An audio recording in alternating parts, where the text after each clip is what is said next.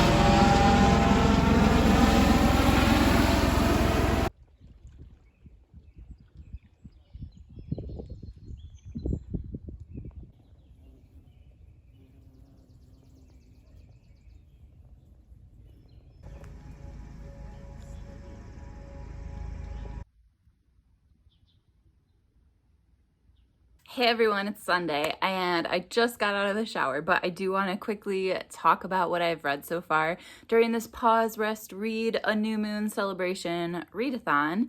I would say I didn't really learn anything new from this. There were a few added sections because basically she wanted to be able to edit it whenever she felt like it. And this book did have a few different sections. It had a section on chemotherapy, which I'm not sure if the last book did, and a section on maskne, which I know the last book didn't. So just stuff like that. And I think maybe some of the products were a little different. I saw a few more like American products. However, it is pretty easy to order stuff from other countries too, as I have recently found out with my Joni order. I don't think that if you have the old copy of this book that you need to go buy the new copy, but if you don't have either copy, I would just get whatever is cheapest. They're very, very similar. So as this readathon is apparently about death, like if you look back on the video that Sean did for her announcement, she drew the death card, which I think is about the end of stuff that you want to get rid of and the start of new beginnings. But this will symbolize the end of my old skincare regimen, which I've been following her stuff for a couple months now. But anyway. Okay, then the next book is legit about death. And I didn't really like pick this on purpose. I kind of only thought about this connection after. But it is Caitlin Doughty's From Here to Eternity. I will read anything this woman has to write. I will watch all her YouTube videos. I adore her so much. She's so funny, but so like just wanting you to make plans and know what you want and communicate what you want, and just very empowering, I guess, about the death process. So this traveled the world and it talked about how things are done in different places.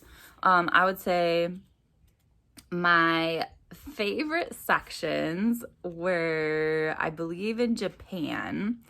I don't even need to go through it because I already know, but I'm pretty sure it's in Japan. I will correct it below if I'm wrong, but they kind of have like a death vending machine, or like cemetery vending machine, which is basically that you put the cremains of your loved one, you give it to this company, they put it in this place, which I think is like a vending machine.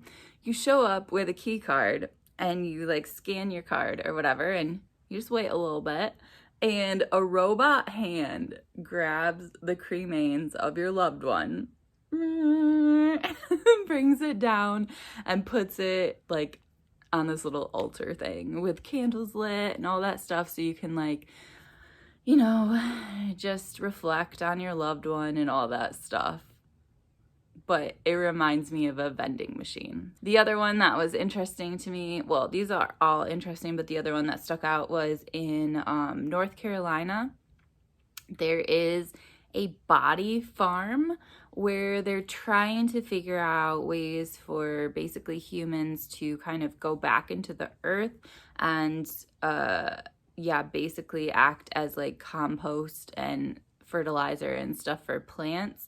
And so they're just trying to figure out the perfect mixture and the perfect recipe for this to happen so that in death you can also, you know, help the environment, help plants grow, help someone's garden, maybe even your own loved one's garden. I don't know. The book I'm reading right now, which I need to put a pause on because there's another book that I need to read for book club that starts at 3 p.m. today, which is A Woman of Endurance. But I started last night, Ill Feelings by Alice Hattrick, and I will do a review of this as soon as I finish. It is a beautiful edition that either has white covers with blue writing or blue covers with white writing, and that's it. Like, all their covers look like this, but they have like insane French flaps. Like, look at how close to the edge it goes. I love that.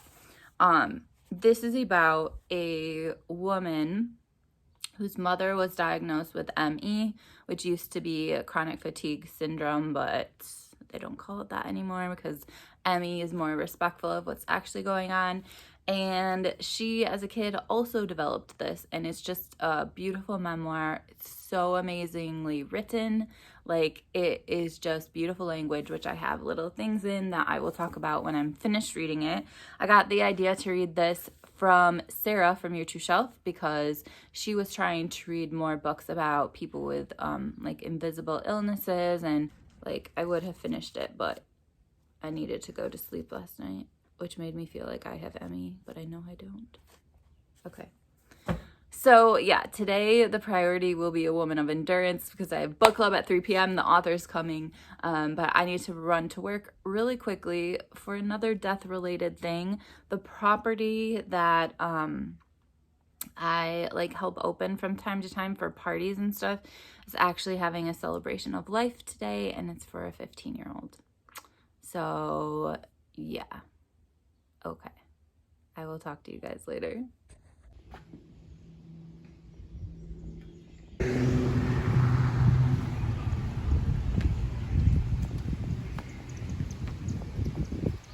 Okay, so I'm stuck on the bridge on the way home from church, but anyway, I just finished the audiobook of Fuzz, which is by Mary somebody, I think, and it started off really good. I really enjoyed it. It was about bears and all sorts of things that could attack a human, and basically the author went to this place where they train you on like identifying remains and figuring out like how somebody was murdered, identifying like what animal did the damage and stuff like that. And I just thought it was disgusting but almost funny the way she wrote about it.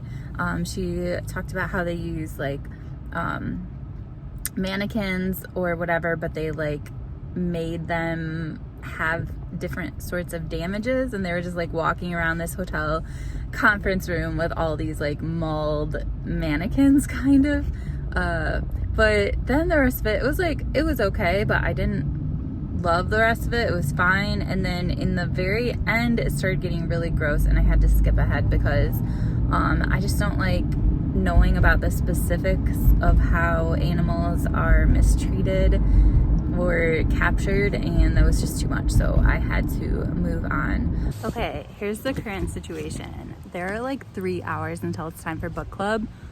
I think I'm 1 chapter into this, so I need to get going.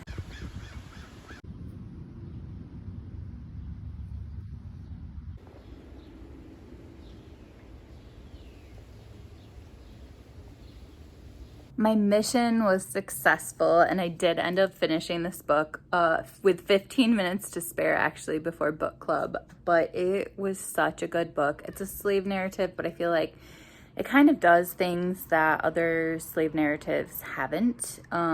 There's a lot more diversity. It also takes place in Puerto Rico, which is also a different spin. I felt so deeply connected to this book because of the theme of kind of motherhood and mothering, and how like that doesn't always mean biological children, but it could mean like other people that are important in your life, like your sisters in different ways, and how important the relationships with people older than you also are, like the wisdom that they provide and stuff like that. And yeah, that was one of the things that really spoke to me about this book. And then it ended up being that I kind of told the author I connected to that, because I myself am not like a formal mother, but I feel like I do mother in different ways in my life.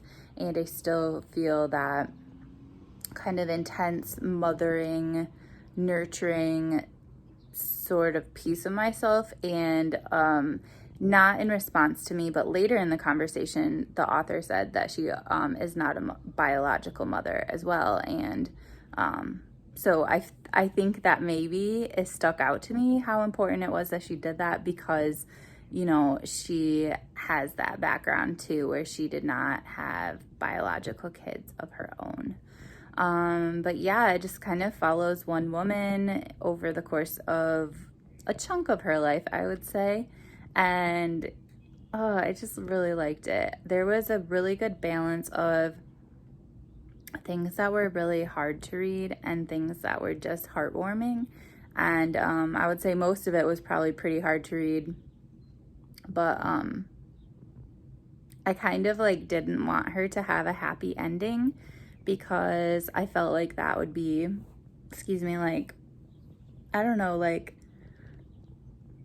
things don't always work out perfectly in the end, but there was a happy ending, but there was enough else going on where it didn't feel fake. It felt genuine, it felt authentic, and I just loved this book so much. In addition, she kind of told us about the cover and where the cover came from.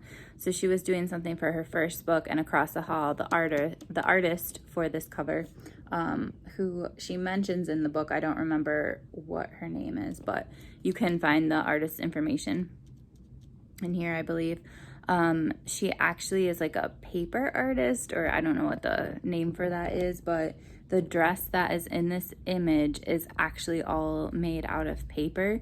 And the back of her dress, if you notice, it kind of mirrors the scarring of this guy in the picture. So I just like, everything about this book has so much depth and so many layers. And the woman herself, the author, Dalma Lenos Figueroa, she is just such a wise, beautiful woman in herself. So yeah, I just really liked this. Okay, so the new moon is supposed to be a day to rest, and today is the actual day of the new moon, and I am out backpacking. So basically I'm going to try and do 6 miles today and just like test out my Sawyer squeeze and test out a lot of my gear and just see like, what am I missing? What do I need that I don't have? Stuff like that.